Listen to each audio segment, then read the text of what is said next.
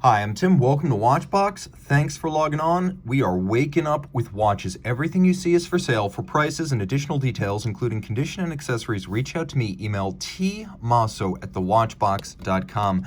If you're looking to trade a watch or sell a watch, I am always looking to build inventory. I will buy your one watch. I will buy your entire collection. No upper limit on value paid. We pay cash. We pay fast. We make it easy. Once again, to buy, trade, or sell, reach out to me at tmosso@thewatchbox.com. Now, I've promised you guys that I'm going to lead off each show with a thumbnail watch, and so here we go. Instant gratification. Launched in 2019, easily the most interesting Tudor of the last decade. This is the P01, technically part of the Black Bay collection. The watch is 42 millimeters in stainless steel, and if you've ever wondered what it's like lug-to-lug, the actual distance across the wrist, it's beefy at 55.7 millimeters. It's about 14.4 millimeters thick, and as you can see, it takes on the profile of a prototype built in the late 1960s.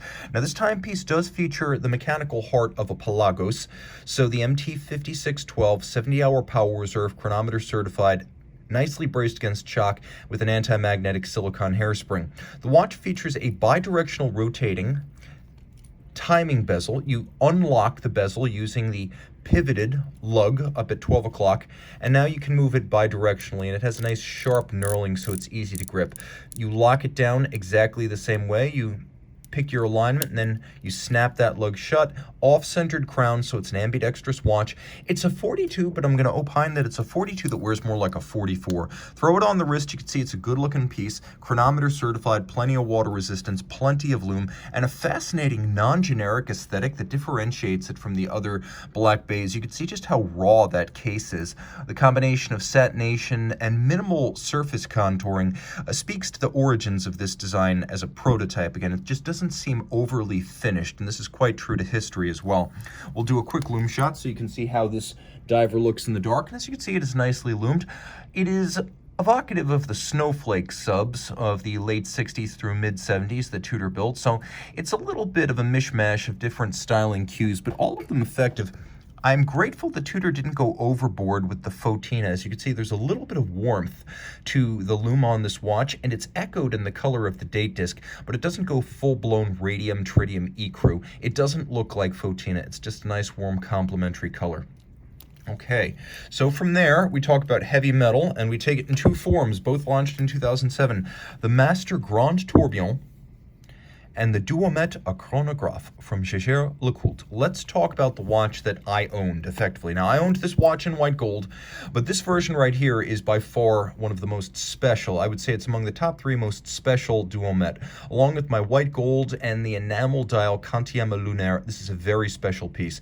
It is the boutique edition of the Duometre chronograph. The standard platinum model was considered the upscale option, but it had a gray granular dial. This one has a silver-white granular dial, and again, it was a boutique exclusive. You can see half the hands are white gold, half the hands are actually fired blue. The blue hands are chronograph time, the white gold hands are conventional clock time. Coaxial hands for the seconds, chronograph seconds, and time of day seconds. Now, of course, the watch has a foudroyant, 1/6 of a second, so you can stop and read down to 1/6 of a second. So I can read the hours, the tens of minutes, there's a scrolling disc for single-digit minutes, then there's the seconds, and then there are the sixths of seconds. And you can see how the watch has two barrels. This is caliber 380 right here. The same crown winds both barrels in different directions. Both have a 50-hour power reserve. Note the use of German silver or maillot for the bridges. It's a nickel, copper, zinc alloy. The nickel and the copper and the zinc combine to express more than anything else the copper, giving it that golden hue. You can also see that there are black polished screws as well as fired blue screws. Mirrored anglage of exceptional brilliance. This is one of the best finished Jaeger-LeCoultre watches.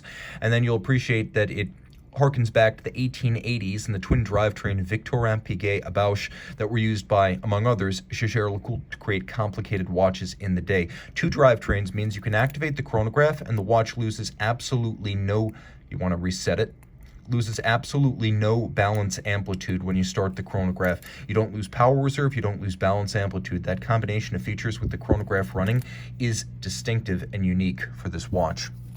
Throwing it on the wrist, easy to wear at 42 millimeters. Again, I owned the dimensionally identical white gold watch with a black dial. I loved the way it fit, I loved the way it looked, and it was the most accurate mechanical watch I ever owned.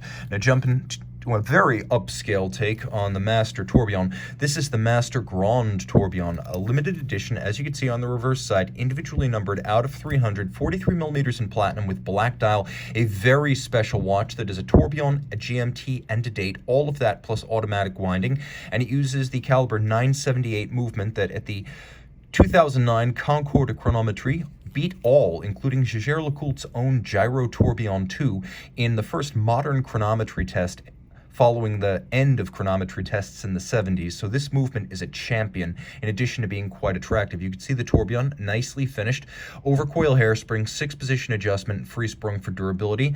The watch includes a second time zone, which you can see up at 12 o'clock, and then there is a date that's a radial indicator that will jump over the tourbillon, so you can see how the 15th jumps straight to the 16th, and this happens in the space of a single night, so you never have an obscured view of the tourbillon. The watch is loomed, albeit quite lightly, but still, it's a nice feature to have on a dress watch, and the occasion for the issuance of this watch was the launch of the Heritage Gallery. JLC started construction of its factory museum in 2007. It knocked down one wall of Antoine Lecoultre's old workshop to create the entrance to the museum, and a piece of that wall is encased in lucite and included in the boxed set for this watch. The movement is nicely executed. You can see JLC not really cutting any costs here, using a 22 karat gold mass rather than their later 21 karat and tungsten masses. 22 is the best of the best where gold rotors are concerned. And of course, it's a handsome movement, but all the action is on the dial side. Full deployant clasp, I should mention, for both of these JLC complications. Very special watches, both.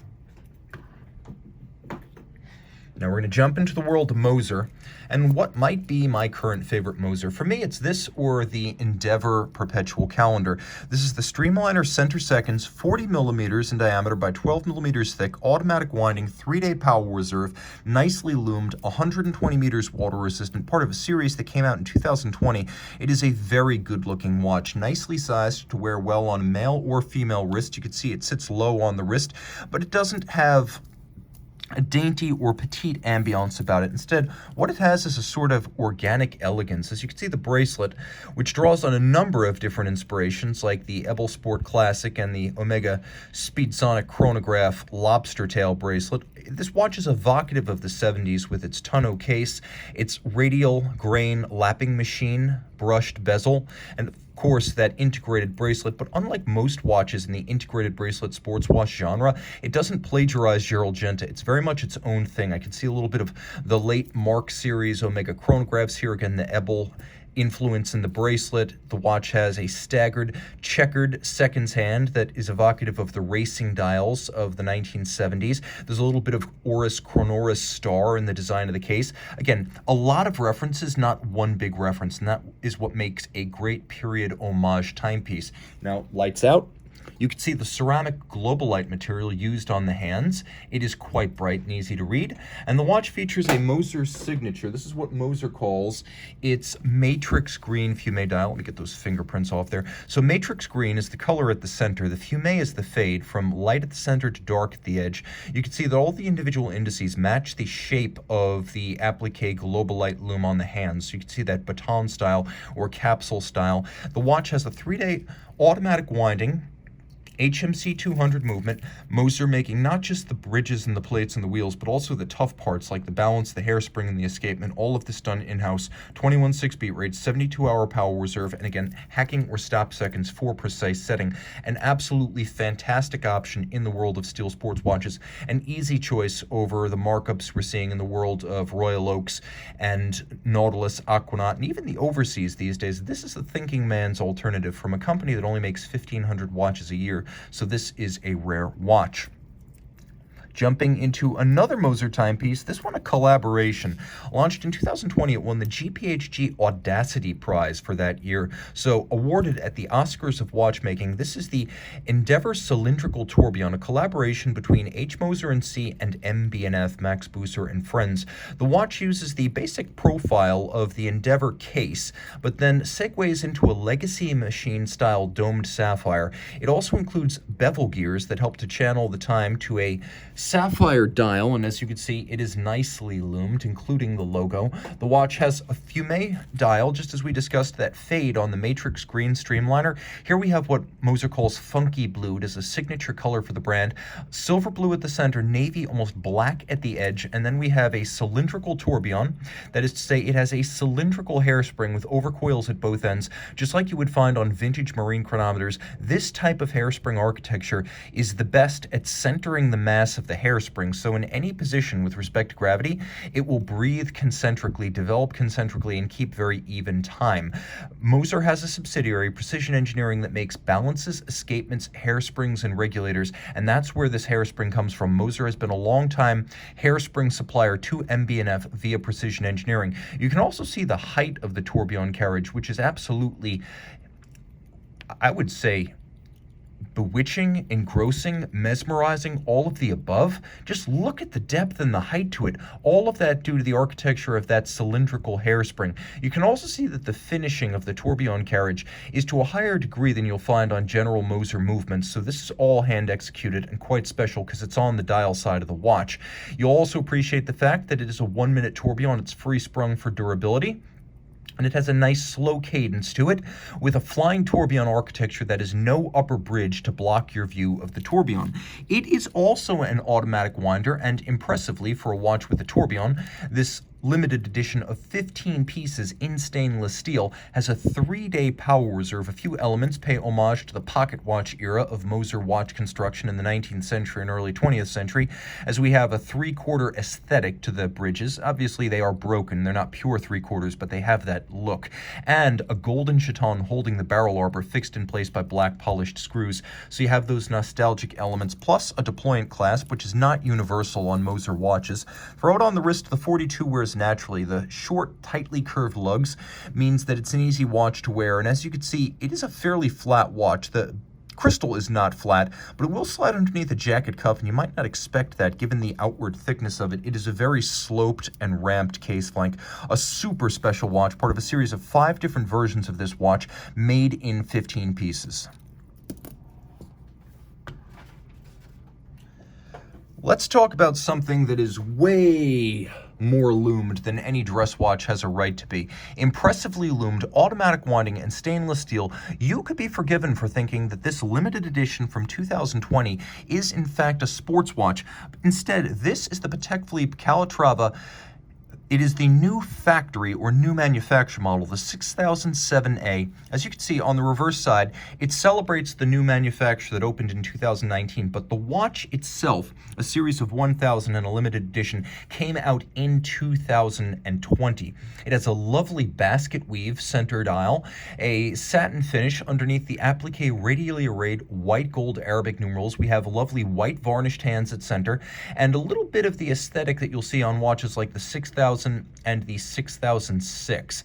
The timepiece, of course, is in steel, and it is a large dress watch by Patek standards, 40 millimeters, but because of the profile of the lugs and the strength and thrusting length of these lugs, it wears like a bigger watch, almost a 41 or a 42. It's powered by a caliber 324, guaranteed accurate by Patek to no worse than -3 + 2 seconds per 24 hours, 45-hour power reserve, automatic winding, and an anti-magnetic silicone hairspring. Most steel Patek Philippe watches are going to be the Nautilus, the Aquanaut, or the Ladies 24. This is an exceptionally rare Patek Philippe steel watch that is not part of any of those series. Super collectible and a wonder to wear on a daily basis. Far more durable because of the steel construction than a typical Patek Philippe dress watch. That said, if you want something very traditional from Patek Philippe, you may find yourself searching for something like this, the 5227G. Now this model is the dash 010, 39 millimeters, white gold case, beautifully sculpted in profile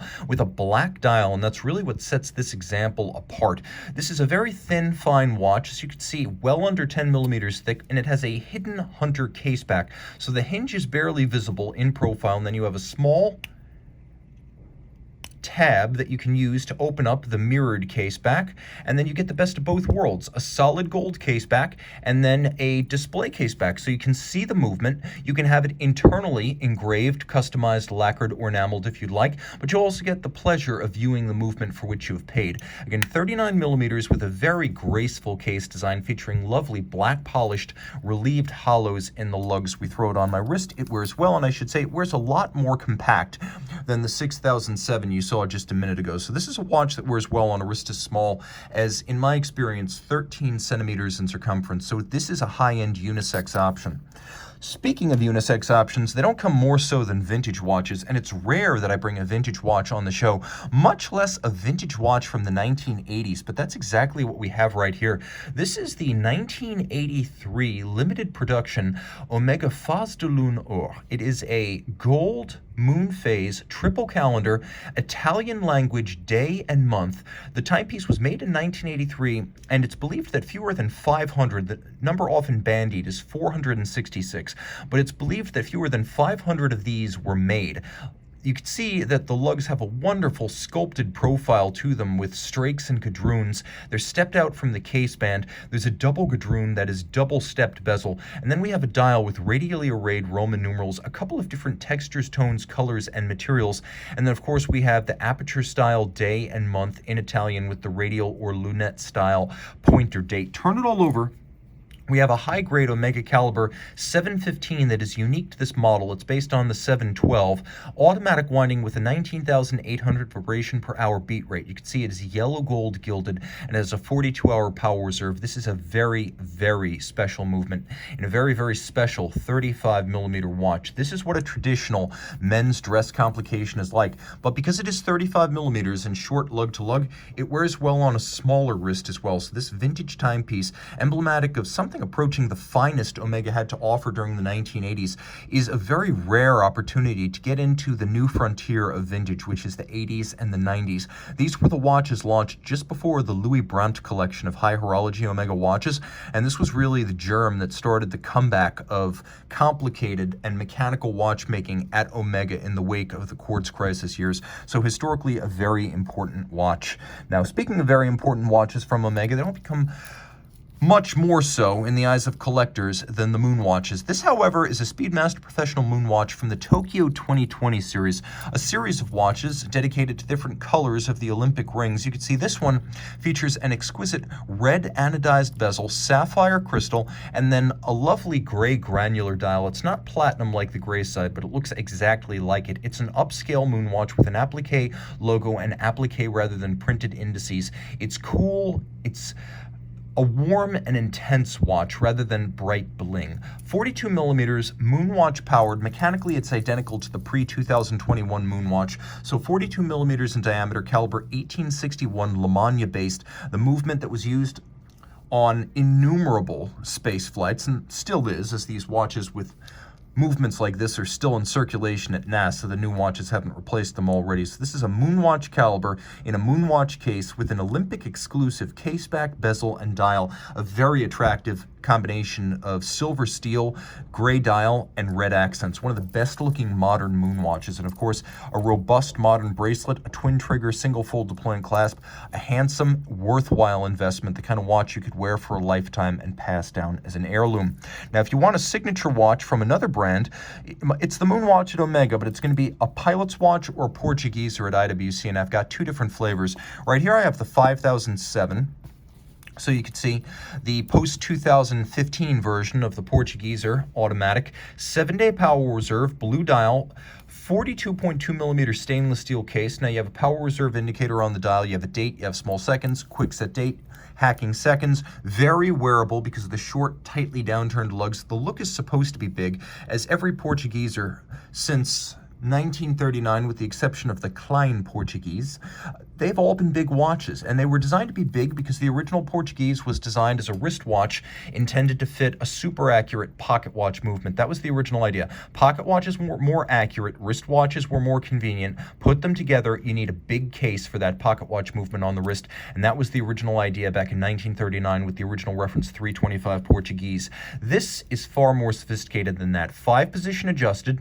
This is the 52,000 series movement, as you can see right here. It is the 52,010, and it uses a fully ceramic Peloton pawl-based winding system, so very efficient, fairly shock tolerant, and there's no dirt on the movement. That was one of the pitfalls of the earlier Peloton systems. Here, there's no lubrication needed, so no dirt or deposits are produced. Another big change for the 52,000 series back in 2015, the arrival of a second mainspring barrel. It's still a 7-day power reserve, but it no longer has the tendency to run super fast when fully wound and super slow when largely discharged.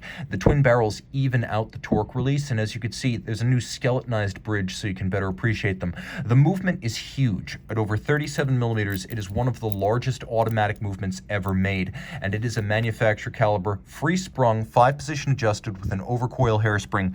Very sophisticated and good looking. That said, if you want the most traditional of Portugiesers, you want this, the 5454 Portugieser hand wound. Launched in 2010, as you see it right here, 44 millimeters, but super slim in profile. This is very true to the original 1939 watch. As you can see, manual wind, a pocket watch movement on the inside, 3 hands, small second, leaf hands at center, and Arabic numerals on the dial. This is my particular favorite, as you've got this sort of inverse panda look on a watch that's not a chronograph. Flip it all over and you have caliber 98295. It is a pocket watch movement. It's 37.8 millimeters in diameter. It has a traditional center wheel architecture. You can see the Jones Arrow Index, referencing IWC pocket watches of the late 19th century, designed by F.A. Jones, the American founder of the company. 3/4 bridge, a true 3/4 bridge for the drivetrain, crown wheel, ratchet wheel, and the barrel. Gilded chaton holding the pivot jewels. That's another reference to pocket watch making in the IWC tradition. A huge balance, beating weight 18,000 vibrations per hour with an overcoil hairspring. This too is adjusted in 5 positions like a chronometer would be. An enormous hacking lever. You can actually see it underneath my finger when it pops up after I release the balance. So it has hacking seconds for precise setting, and it is all beautifully executed. You can see there are many tightly spaced Côte de Genève engine turning on the base plate, a handsome, though mostly machine-laid bevel. It's thoughtfully designed. Everything about this watch, right down to the extensible click. Take a look at that click right here. The click is the little ratchet that prevents the barrel from spinning backwards. You can see that enormous swan's neck spring and then the extensible click neck. That is an old school pocket watch style, IWC pocket watch style click design. Very special. And you can see, though it's a 44, it's thin, so it doesn't wear too large on the wrist. And the further away from the camera I move, the better it looks, easily sliding underneath the cuff too. Both of the Portugiesers you just saw in stainless steel. Back to Moser for a moment, and another steel watch. This is a great way to get into a independent brand dress complication without paying a precious metal premium. At FP Journe, you're generally going to have to buy something in rose gold or platinum. Moser gives you more options. This watch, which as you can see is 42 millimeters in DLC coated stainless steel, is the Endeavour Flying Tourbillon Concept Vanta Black. So concept at Moser means a dial that's completely unadorned. No printing, no applique, no name, no statement of national origin. The concept is that you know what it is and who made it without reading a label. Now, this is a different kind of tourbillon than what you saw earlier. Here we have a flying tourbillon that's open on the dial side and blackened to match the Vanta Black, but we have 2 hairsprings 180 degrees opposed to each other. The idea is, in any given position, because they're exactly opposite, gravity will cause one to speed up the balance, and it will cause the other, in an equal and opposite fashion, to slow down the balance, so you regain that original intent of the tourbillon from the Breguet pocket watch era, which was to equal out the effect of gravity and improve precision, and that's exactly what we have right here. It's still a 1-minute tourbillon, a flying tourbillon with no upper bridge, and you can see the Vanta Black, a very special material, absorbing 99.965% of light. All the reflections you see here are reflections on the crystal, not on the dial. The watch is nice and slim in profile, under 12 millimeters thick, automatic winding. It has a 3-day power reserve, and it is a limited edition of 50 pieces with a feature rarely found on Moser watches, a full deployant clasp. So additional value right there. One of the best straps you'll find on a Moser watch, with a suede underbelly and then rectangular scale alligator in black on the top. Throwing it on the wrist, you can see that it wears well. It's got good ergonomic qualities. The Moser Endeavors are still my favorite family as a whole of Moser watches. I love that Streamliner center second, but the Endeavor is where my passion for Moser started, and it's still where my passion for the brand largely resides, as the fit of these cases is wonderful. They're thin, they're fine, they fit under a cuff, and they are universally wearable, at least as you see it right here, 42 millimeters on a wrist as small as 14 centimeters circumference. A very special watch and a great way to get into independent brand high horology with something that's just no nonsense, reliable, and serviceable.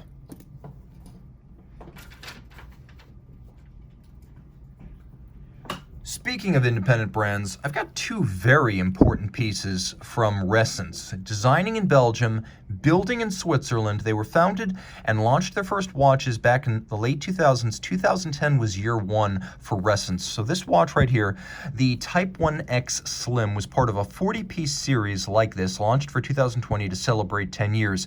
Olive green dial with the Ressence orbital convex system. Here's a feature brought over from the Type 1 Squared. It is a caseback lever that allows you to adjust the planetary display. So there's a Ressence orbital convex system, which is a 115-part 15-jewel module on top of an ETA 2892 base. So it's only 10.9 millimeters thick, 42 millimeters in grade 5 titanium, and then you can see every element on the dial rotates, even as they rotate relative to the center of the dial. So let's talk about what we've got here. We've got a day indicator, so two hollow arcs. We'll use the zoom on the camera here. Two hollow arcs representing the weekends. And because it moves clockwise, you can tell that's Saturday, that's Sunday. We're looking at Monday. It's a regulator dial, so you have your hours, your minutes, and your seconds separate. And just take a look. We're in the second half of the arc that represents Monday, so we know for a fact we're looking at 2 p.m. and not 2 a.m. That's how the system works. A lovely brushed green metallic finish.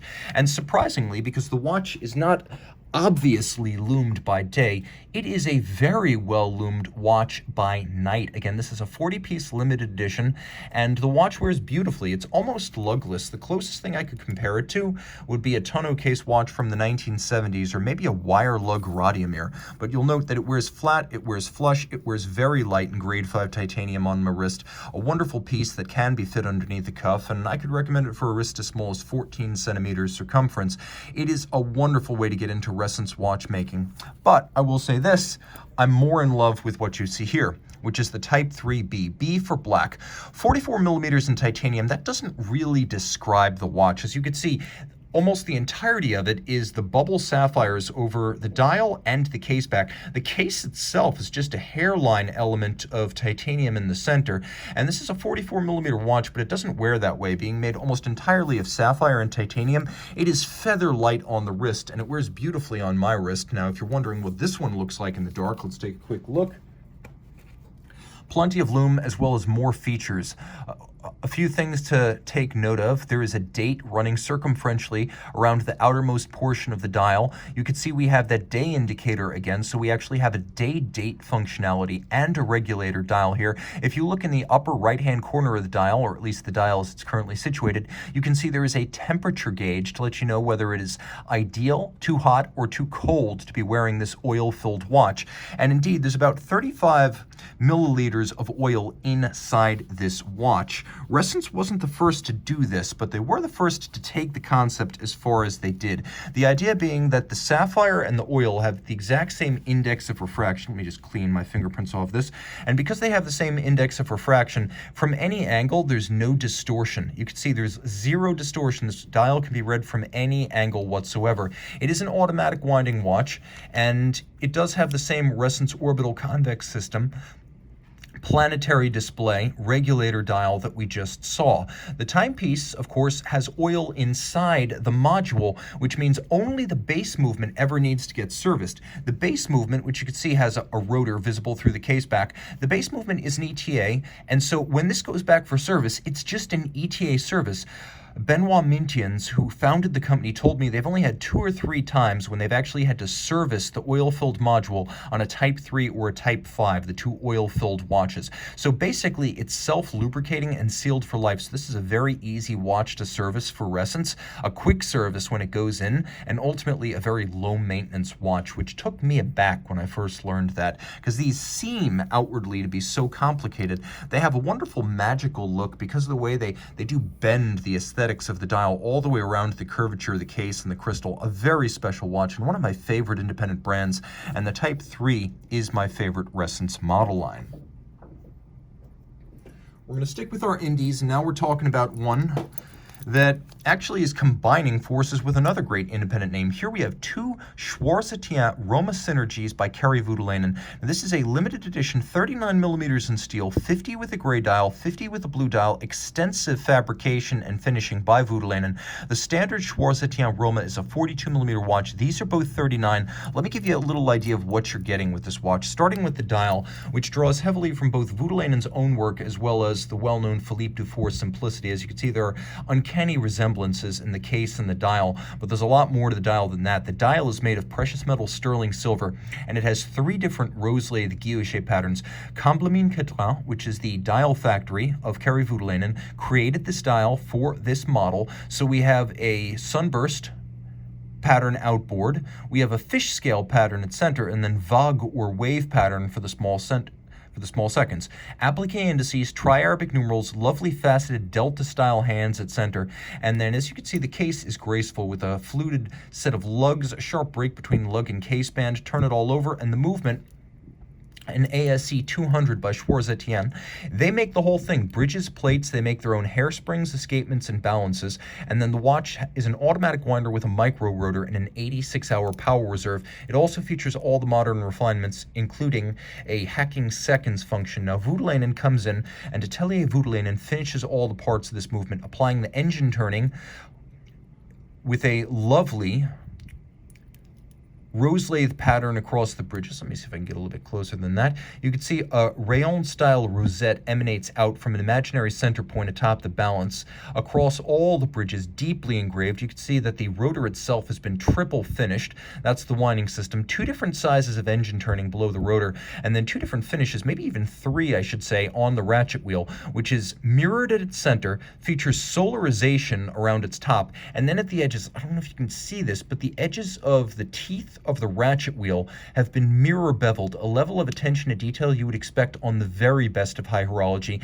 including from Voutilainen himself. And it's no coincidence that all of this finishing done by Atelier Voutilainen lavished on a watch inspired by his work. The timepiece, of course, is easy to wear at 39 millimeters. You can see it features a full deploying clasp. The same is true of the blue model, 50 pieces of each. I'll throw both of them on the wrist. You can see that the dial features several different patterns on its dial, but it also features different colors, 3 different shades, so this is anything but a monolith. Easy to wear on a wrist as small as 13 centimeters circumference.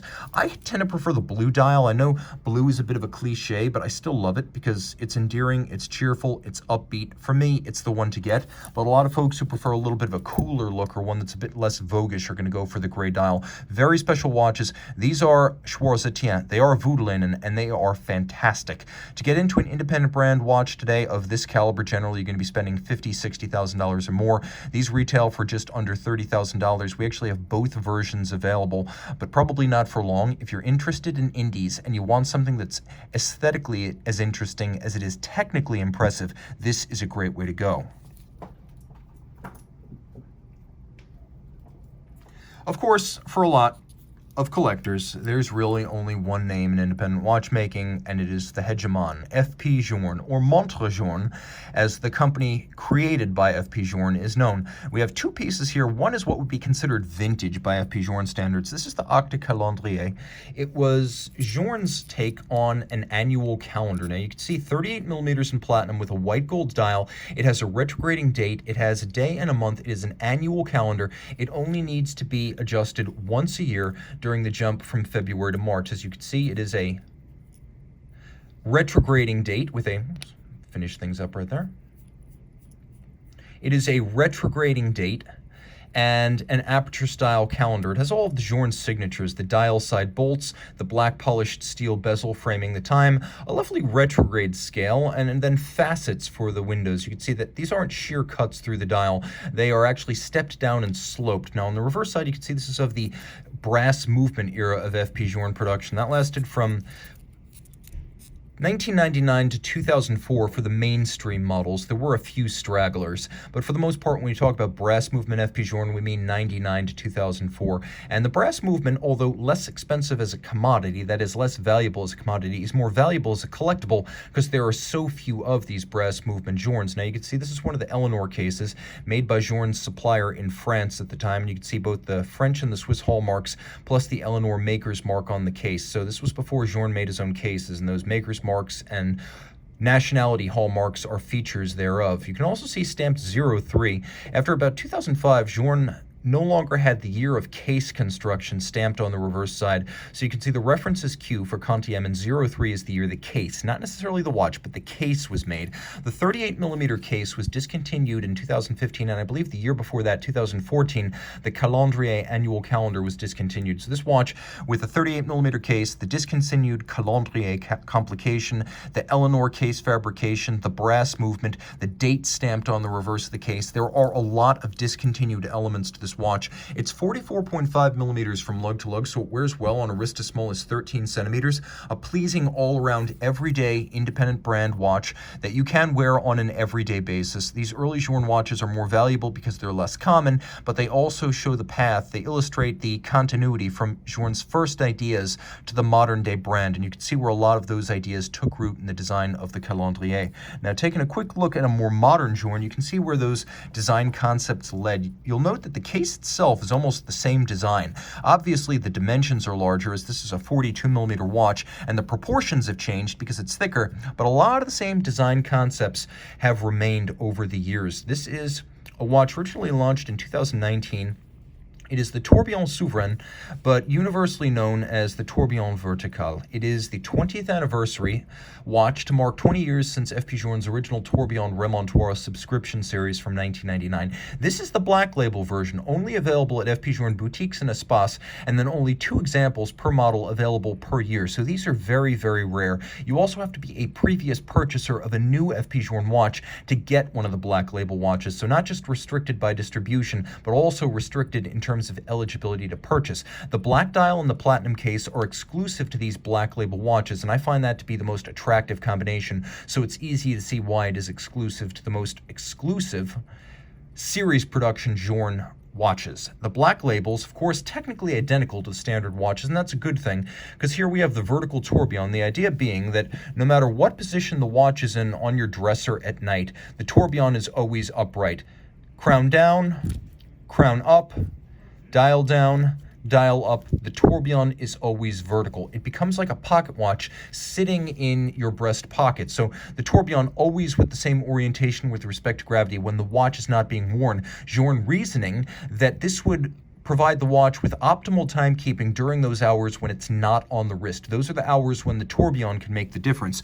The rest of the precision is down to the use of a free sprung balance, 6-position adjustment, an overcoil hairspring, and the remontoire d'égalité. You can see the linear spring as well as the separate escapement. So the barrel never directly drives the tourbillon. For the first 48 to 50 hours of power reserve, the remontoire spring provides the energy, acting as a buffer between barrel and escapement to maintain constant balance amplitude for those 48 hours. The watch will run for 80. You can also see that the tourbillon is more visible than before, and it's faster than in the previous Tourbillon Souverain, as it makes a circuit every 30 seconds rather than the previous 1-minute period that was used on the first several generations of Tourbillon Remontoire and Tourbillon Souverain. So you have a 30-second tourbillon moving at twice the speed with a lovely polished concave collar surrounding it, and you can see there's also a concave polished hollow on the reverse side so you can better appreciate the balance structure as well as the tourbillon carriage.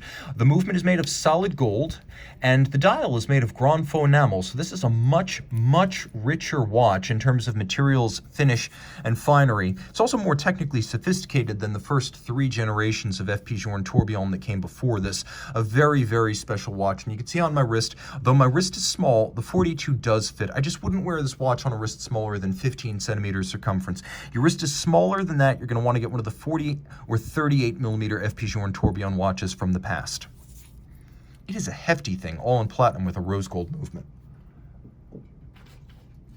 I always save the best for last on these shows, and for me the best has always been de Bethune. You might have heard of them in the news lately.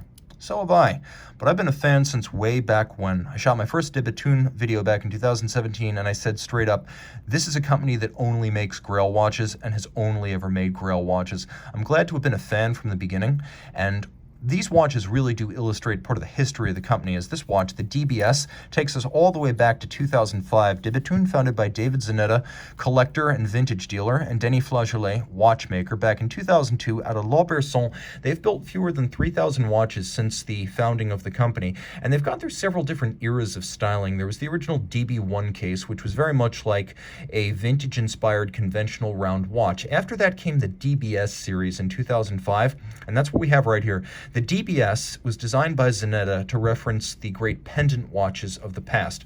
So you can see it's a little bit like a pendant watch, and de Bethune began to experiment with articulated lugs in the DBS series. As a result, this watch is only about 46 millimeters from lug to lug. It wears very short across the wrist, 11.1 millimeters thick, and as I measure it from side to side, it is 42.7 millimeters in rose gold. They also began to advance the state of the art in terms of design and engineering. The design is self-explanatory. Very little to see on the case back except the power reserve indicator.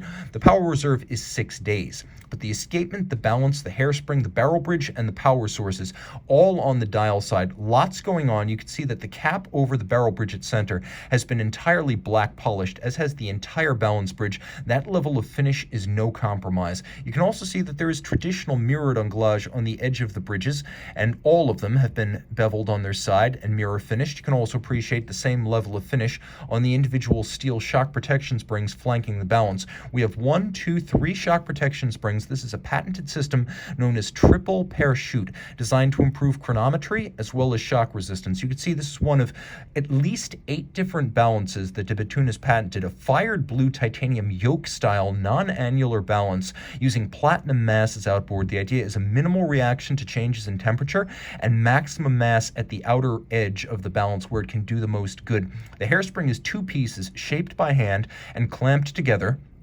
The idea being to create a flat hairspring that's thin, yet one that still beats concentrically in any position the way an overcoil does. 2 barrels, self-adjusting. You cannot accidentally overwind them. 6-day power reserve. Fired blue titanium to create the hands as well as the little cabochon of the hours. That's a process, fire bluing titanium, that de Bethune has patented. And they've also patented their spherical moon phase. 1/2 blued steel, 1/2 white palladium. It is a perfect sphere with an adjustment interval of over 100 years. I'll fire it up and get it running. It is a screw-down crown. In my experience, it's a little bit easier to wind the DBS than to wind the later DB28s, because the DB28s have floating lugs, whereas here there's really nothing to block my access to the crown. So I've found of all the bullhead winders made by de Bethune, this is the easiest one to energize. And again, it's really something you only have to do about once a week. It's an easy watch to wear too, being super flat. A lot of de Bethune watches are large, and while this certainly isn't a shrinking violet in terms of style, across the wrist it is very short. These DBS watches are probably among the rarest series of de Bethune timepieces, because even in their day, they were considered a little bit autre. They are always going to be ambitious in design, and they're going to be watches that are more cult watches than, I would say, mainstreamers. Everyone loves stuff that is easy and conventional, and just about everyone will at least grant polite applause for something like the FP Journe Octa Calendrier that you saw before a moment ago. This watch is almost conventional compared to these. De Bethune is a brash brand. De Bethune is what Hublot would love to be in its dreams, something that really is super high horology and absolutely fearless in its style, and that's what you get here. That said, if you want a more conventional watch, in 2012, De Bethune launched the DB27 Titan Hawk, 43mm in grade 5 titanium. This grade 5 titanium includes both the case and the floating lugs. Now we're into one of the design and engineering signatures of De Bethune. This is something that first launched in 2008 on the DB26 perpetual calendar, and it makes the watches a whole lot more wearable. As you can see on my wrist, this is an easy watch to wear because the lugs will conform to me. You'll also appreciate that it's a fairly thin watch, and it still has a lot of those features you love, mechanically speaking, on the other models, including the triple parachute shock protection. Here you can see their 2010 model balance, which is a solid disc of silicone with a white gold rim. The whole rim is the mass, effectively. You've got that same hairspring, you've got a winding rotor made of platinum, and I should note the watch still has a 6-day power reserve. The first generation Titan Hawk, made from 2012 to 2017, had a 6-day power reserve. After that, the date indicator went away, and so did the 6-day power reserve, replaced by a 60-hour power reserve. That's why I prefer these earlier Titan Hawk models. You have a date indicator with a quick set at center, so that's coaxial with the hands, fired blue titanium, modified Breguet skeleton hands. De Bethune, like FP Journe, or Montre Journe I should say, makes its cases, its movements, and its styles, so all of this in-house, giving you great value and a wonderful pedigree. You can see how much depth there is to the dial. All the printing is blue on silver, which makes for a nice contrast, and then they use their microlight engraving. Rather than using conventional guilloche, which can seem a little stuffy and antiquated, they use a reductive engraved microlight set of strakes. Sometimes they're vertical, horizontal, linear, sometimes they're circular and concentric, and that concentric pattern is what we have right here. Remember, reach out to me, tmosso, at thewatchbox.com for purchase and pricing details of anything you've seen on today's show.